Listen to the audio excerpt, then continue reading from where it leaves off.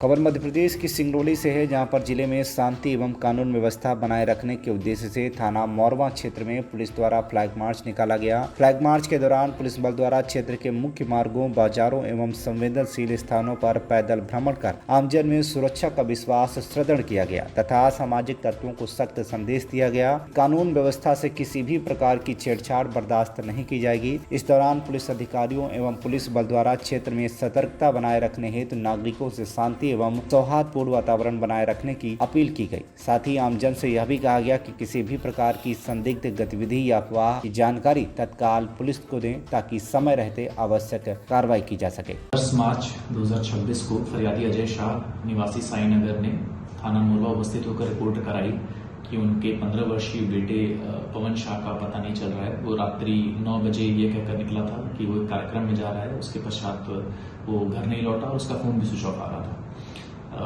जब उन्होंने थाना मोरवा में सूचना दी तो तत्काल 137(2) BNS के अंतर्गत गुम इंसान की रिपोर्ट रजिस्टर की गई और पता तलाश शुरू की गई। दिनांक 11 मार्च को पवन का शव एक काली पन्नी में पैक मिला, जिसके पश्चात मरण पंचनामा किया गया और परिजनों ने शव की पहचान की।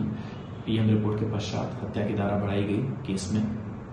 इसके पश्चात आरोपी गढ़ों को पता तलाशी की गई, जिसमें ये पता चला कि साईनगर के रहने वाले किराने की दुकान चलाने वाले पंकज गुप्ता और उनकी दुकान पर काम करने वाले इरशाद आलम उर्फ टेलर का विवाद पवन और उसके घर वालों से काफ़ी समय से चल रहा था और होली के दिन भी इनका विवाद हुआ था।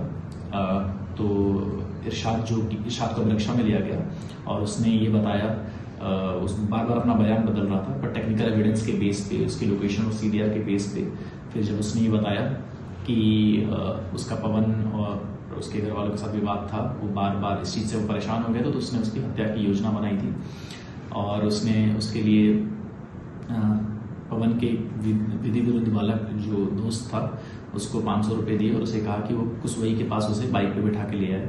जब वो वहाँ उसे लेकर गया तो पहले से ही घात लगा के बैठा हुआ था। इरशाद ने उसका गला दबाया और उसे पत्थर से मार के हत्या कर दी।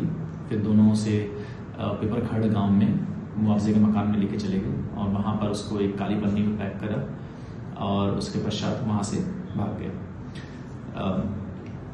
CDR और बाकी टेक्निकल एविडेंस से अभी तक इसकी पुष्टि हो रही है। पुलिस ने तत्परता से कार्रवाई करते हुए दोनों आरोपियों व विधि विरुद्ध बालक को अभिरक्षा में लिया और न्यायालय और जुवेनाइल बोर्ड के सामने पेश कर दिया है। और उपरोक्त कार्रवाई के दौरान उपद्रवियों ने कानून व्यवस्था की स्थिति निर्मित करने की कोशिश करी, शासकीय वाहन को हानि भी पहुंचाई और एक आगजनी की घटना भी सामने आई जहां पर एक गाड़ी को जला दिया गया।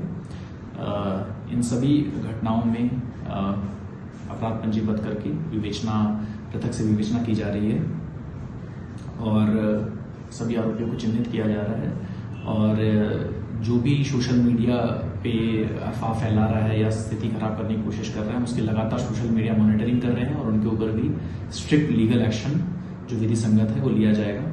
और इस उपद्रव के दौरान पुलिस ने एक संयम का परिचय दिया, संवेदनशीलता का परिचय दिया और कोई भी डिस्प्रोपोर्शनेट यूज ऑफ फोर्स नहीं था। पुलिस ने सूझबूझ के साथ इस कानून व्यवस्था की स्थिति को मैनेज किया और जो हत्या का केस है उसमें अग्रिम विवेचना जारी है।